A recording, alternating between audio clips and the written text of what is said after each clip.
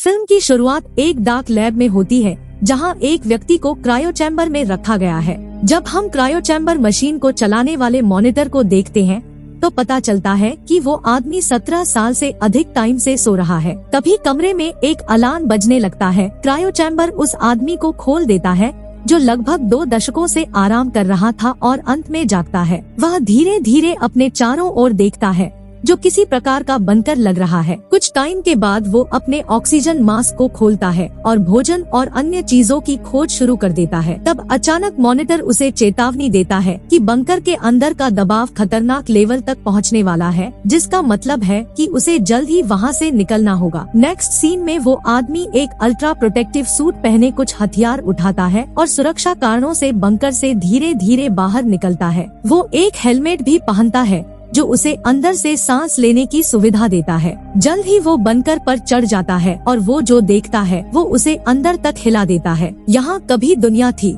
चारों ओर जीवन और हरियाली थी। परमाणु हमले के कारण पूरी तरह से बर्बाद हो गई है। इमारतों से लेकर स्मारकों तक और यहाँ तक कि वन्य जीव भी तबाह हो गए हैं। जीवन का एक भी संकेत नहीं है और मामले को बदतर बनाने के लिए भारी बारिश होती रहती है। हालांकि उसे अभी भी उम्मीद है कि कहीं ना कहीं लाइफ हो सकती है और वे आदमी उस एरिया में भटक रहा है। तब उसे अचानक उसके मॉनिटर पर एक संदेश मिलता है जो उसे एक मिलन स्थल की ओर जाने के लिए कहता है जो लगभग 10 किलोमीटर दूर है और इस बंजर भूमि के माध्यम से वहां पहुंचने में घंटों लगेंगे। अब आदमी का मानना है कि जोखिम लेने लायक है, मगर इसके बावजूद वह इस उजाड़ और भयानक दुनिया में अकेले जीना जारी नहीं रखना चाहता। रास्ते में हम कई अखबारों को सड़क पर पड़े हुए देखते हैं। यह इस बात की ओर इशारा करता है कि युद्ध के कारण शुरू किए गए परमाणु हमले से दुनिया की यह हालत हो गई है। इसके अलावा वह कई वीरान कारों को देखता है जो शायद वर्षों से वहीं पड़ी है और रेडिएशन के कारण उनका रंग लगभग उतर गया है। वास्तव में पूरी जगह ब्लैक एंड व्हाइट फिल्म की तरह दिखती है। सब कुछ बहुत निराशाजनक और शांत है। फिर भी आशावादी आदमी अपनी बंदूक हाथ में लेकर आगे बढ़ना जारी रखता है। थोड़ी देर के बाद वो एक बर्बाद हो चुकी इमारत तक पहुंचता है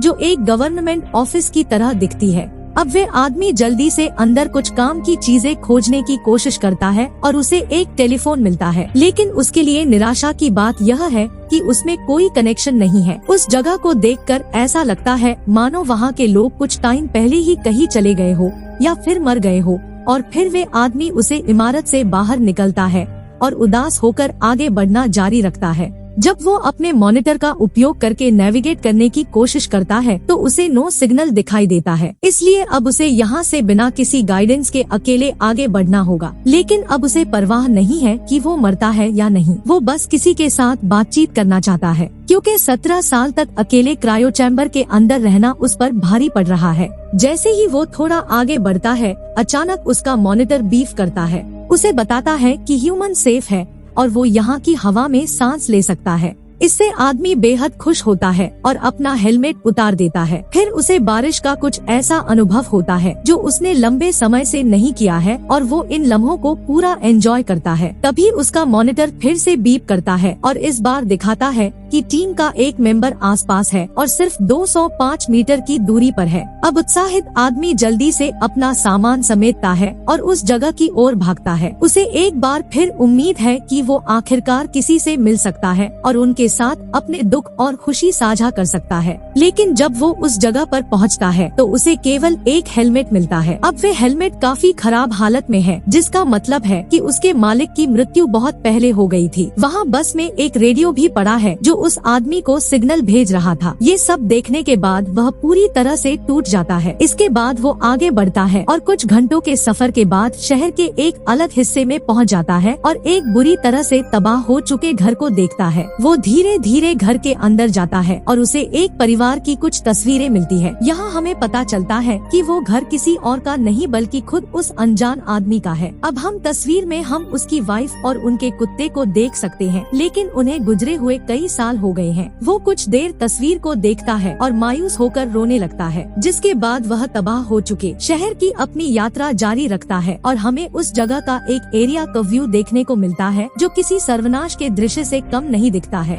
सब कुछ ब्लैक एंड व्हाइट है और सभी जगह रेडिएशन फैला हुआ है। अब हम दीवार पर लगे कई पोस्टर्स भी देखते हैं जो युद्ध और हत्यारों को दर्शा रहे हैं। अब वे थोड़ी देर के लिए उन्हें देखता है और फिर आगे बढ़ जाता है। उसके पास कुछ डॉग फूड बचा हुआ था जिसे वो खा लेता है। अगर उसे कोई और जिंदा इंसान नहीं मिला तो शायद यह उसके जीवन का आखिरी खाना हो सकता है। वह अपनी दाढ़ी को सेव करके सामान्य रूप से अपना दिन बिताने की कोशिश करता है। भारी बारिश के बीच वो एक रेजर निकालता है और एक टूटे हुए कांच का इस्तेमाल करके खुद की सेव करता है। लेकिन जब वो ऐसा कर रहा होता है तो जीस मॉनिटर को वो नेविगेट करने के लिए यूज कर रहा था वो अचानक बंद हो जाता है। उसकी बैटरी डेड हो जाती है और उसके साथ ही उसकी मदद पाने की एकमात्र उम्मीद भी मर जाती है। तब वह रोने लगता है जैसे कि उसने अपने बच्चे को खो दिया हो। अगले सीन में वो शहर की सबसे ऊंची बिल्डिंग पर चढ़कर एक फेलियर गन चलाता है, इस उम्मीद में कि शायद उसे देखकर अगर उसकी तरह कोई और भी बचा हुआ हो तो कोई सिग्नल देगा। पहले कुछ मिनटों के लिए कुछ नहीं होता, मगर जैसे ही वो वापस उतरने को तैयार होता है तभी कोई दूसरी तरफ से फेलियर गन चलाता है, जिसका मतलब है कि वास्तव में और भी कोई है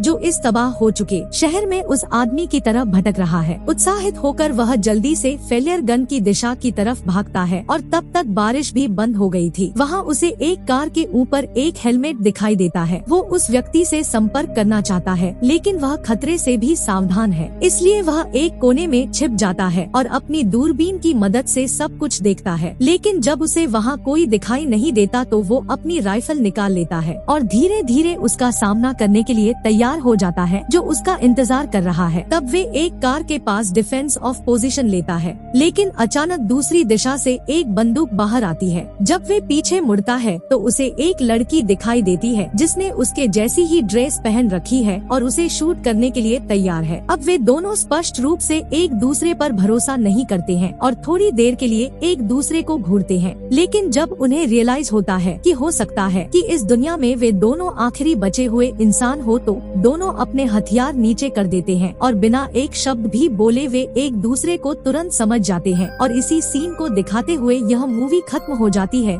तो दोस्तों, आपको मेरी वीडियो पसंद आई हो तो इसे सब्सक्राइब और लाइक और दोस्तों में शेयर जरूर कर दे ताकि हमारे चैनल को ग्रो होने में मदद मिले। And thanks for watching.